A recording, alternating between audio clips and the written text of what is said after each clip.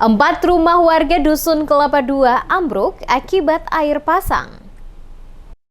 4 rumah ambruk dan puluhan lainnya terancam roboh akibat abrasi dari hantaman air pasang di Dusun Kelapa II, Kecamatan Kairatu, Kabupaten Seram Bagian Barat atau SBB, yang terjadi pada Minggu 31 Juli hingga puncaknya pada Kamis 4 Agustus. Warga yang terdampak saat ini sementara mengungsi ke rumah kerabat karena kondisi rumah mereka tidak memungkinkan untuk ditinggal. Berdasarkan informasi yang dihimpun DMS Media Group di lokasi, gelombang pasang di Dusun Kelapa II itu memang sudah mengancam rumah penduduk beberapa tahun.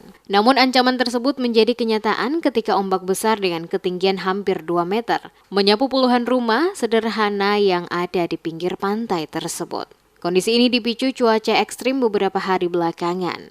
Ketua RT 02 Dusun Kelapa II, Slamet Naraubun mengatakan, warga sebenarnya sudah berusaha membendung air laut dengan memasang tanggul berupa karung pasir, namun tetap tidak mampu menahan gelombang pasang air laut. Dijelaskan, talut penahan ombak yang ada di dusun tersebut sudah lama mengalami kerusakan, sehingga air laut dengan mudah menghantam rumah-rumah warga yang berada tepat di pesisir pantai.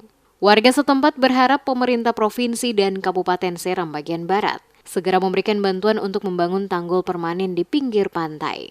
Selain itu, warga juga bersedia pindah jika pemerintah setempat dapat menyediakan lokasi yang aman. Harapan masyarakat supaya pemerintah kecamatan, kabupaten, provinsi cepat turun tangan agar musim ini cepat teratasi. Kelihatannya rumah sudah bisa layak dihuni lagi, jadi untuk sementara mengungsi ke keluarga yang terdekat. Diketahui cuaca ekstrim beberapa bulan belakangan menyebabkan sejumlah bencana, baik longsor, banjir, dan abrasi air laut, seperti yang terjadi di Dusun Kelapa II sejak Minggu hingga Kamis 4 Agustus. Dalam pantauan DMS Media Group di Dusun Kelapa II, beberapa rumah warga pada RT 02 dan RT 03 ambruk tersapu abrasi air pasang.